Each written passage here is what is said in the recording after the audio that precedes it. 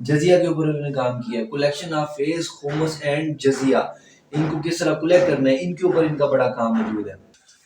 So viewers, after that the third Muslim economist جو کہ ہے علامہ ابن خلدون، ان کا بہت سارا کام ہمیں ہسٹری میں ملتا ہے جو انہوں نے اکنامکس کے اوپر کام کیا. اگر تفصیل سے دیکھا جائے تو ان کا بہت ایسا کام ملتا ہے جو کہ اس ماڈرن ٹائم میں بھی وہ کام جو کہ ہے اس کے اوپر بھی بہت سارے لوگوں نے مطلب اتنا کام نہیں کیا اس چیز کو، اس کی ویلیو کو اب پتہ چلا کہ یہ واقعی یہ ٹاپک ہے اتنا امپورٹنٹ ہے، اور اس کو اس دور میں انہوں نے اتنا تفصیل سے ڈسکس کیا ہوا ہے. اور ان کا جو ایج رہا ہے وہ ہے 1332 ٹو 1406 اے ڈی.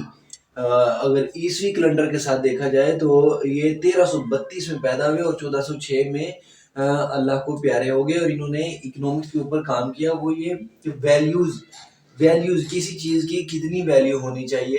اور سیکنڈ ہے ڈویژن آف لیبر اس دور کا بہت امپورٹنٹ ٹاپک ہے، ڈویژن آف لیبر، اس کے اوپر انہوں نے کام کیا ہوا ہے. پرائس سسٹم، کس چیز کی کتنی پرائس ہونی چاہیے، پرائس سسٹم کے اوپر کام کیا ہوا ہے. Law of demand and supply اس دور کا بہت امپورٹنٹ ٹاپک کہ لا آف ڈیمانڈ کیا ہے، لا آف سپلائی کیا ہے، اس کے اوپر انہوں نے کام کیا ہوا ہے.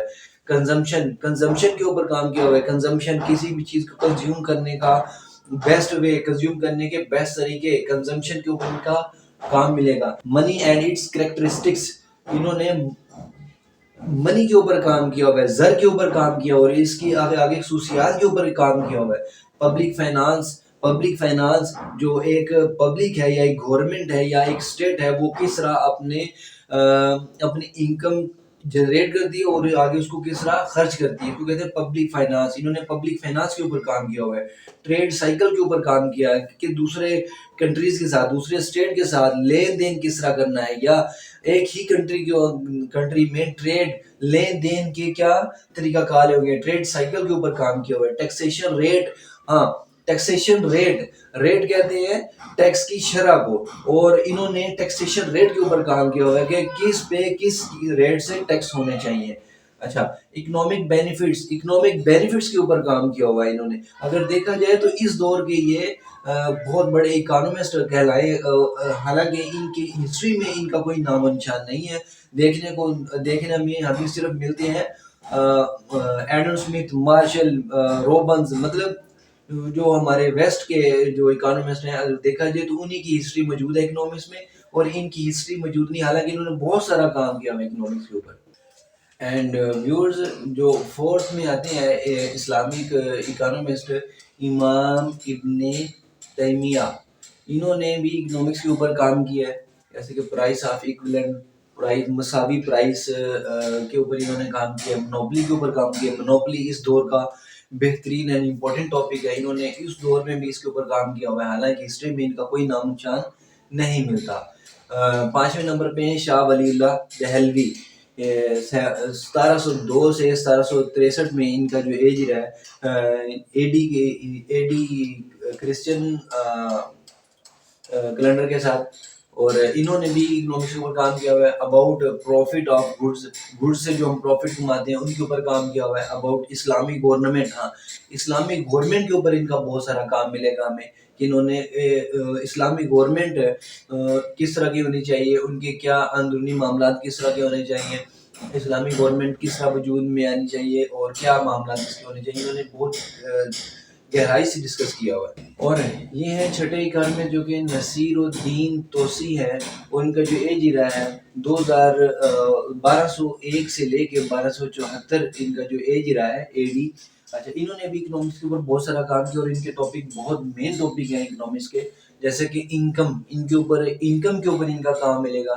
ایکسپینڈیچر کے اوپر کام ملے گا. ایکسپینڈیچر جو کسی بھی کام کو کرنے کے اوپر جو ہمارے خرچات آتے ہیں وہ ایکسپینڈیچر، جیسے کہ گورنمنٹ کے ایکسپینڈیچر جو گورنمنٹ